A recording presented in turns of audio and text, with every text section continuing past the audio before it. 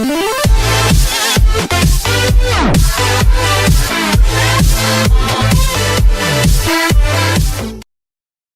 time to trade Houston's Deshaun Watson, the #1 QB in fantasy football. Another week, another round of quarterback injuries and demotions. The Arizona Cardinals learned their starting quarterback, Carson Palmer, will have surgery on the broken left arm he suffered Sunday and will likely miss 8 weeks, per coach Bruce Arians. Miami Dolphins quarterback Jay Cutler suffered a chest injury during the third quarter and didn't return to the game. The Cleveland Browns benched DeShone Kizer for the second time in 3 weeks on Sunday after the rookie threw his second interception of the day to start the second half.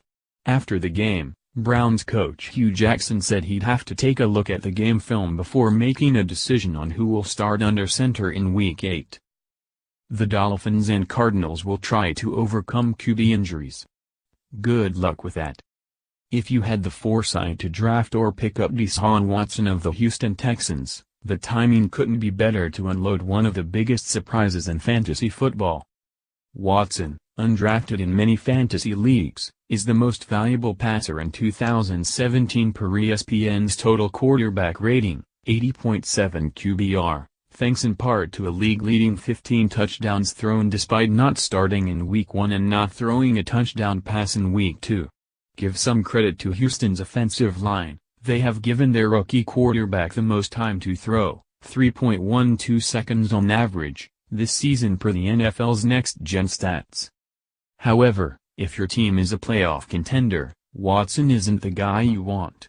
The game charters at Pro Football Focus haven't been impressed with Watson, they have him ranked 31st out of 34 qualified passers in 2017, and per Sharp Football Stats, the Texans have the 7th toughest schedule remaining in terms of past offenses faced, and the 3rd toughest if we eliminate garbage time production and focus solely on the passing performance allowed during the first 3 quarters when the game is within 1 score. The Texans also face off against the Jacksonville Jaguars and Pittsburgh Steelers in weeks 15 and 16, a time when most fantasy leagues have their playoffs. The Jaguars are the #1 rated pass defense this season and the Steelers rank #4, making this the hardest stretch of games for any quarterback in 2017.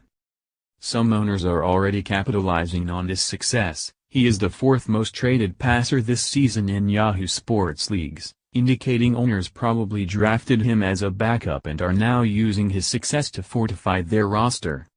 If you are in the same boat, start making some calls to the fantasy managers in contention who drafted Aaron Rodgers or those that have to deal with the rash of injuries that have plagued quarterbacks this season, because there is no appealing plan B for them on the waiver wire.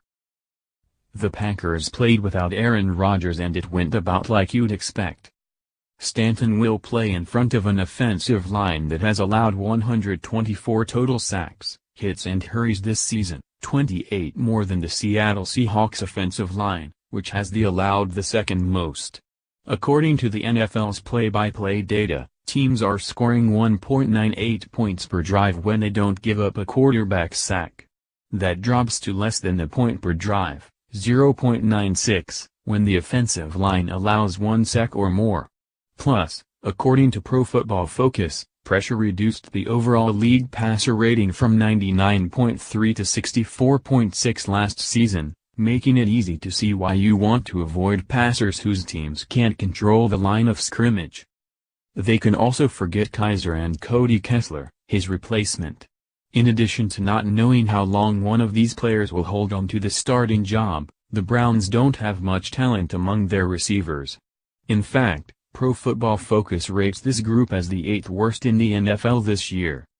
Moore looked competent in relief of Cutler. He completed 13 of 21 passes for 188 yards and 2 touchdowns in the win, but the Dolphins face the Baltimore Ravens in Week 8. The Ravens boasted the league's 2nd-best pass defense heading into Week 7, and held Case Keenum to 188 yards and an interception on Sunday. That leaves Eli Manning, Trevor Siemian and Josh McCown as the only viable candidates on the waiver wire. Manning completed 19 of 39 passes for 134 yards and a touchdown in the Giants' loss to Seattle on Sunday, but was merely a game manager for New York, averaging 3.4 yards per attempt with just 3 passing plays targeted more than 20 yards downfield.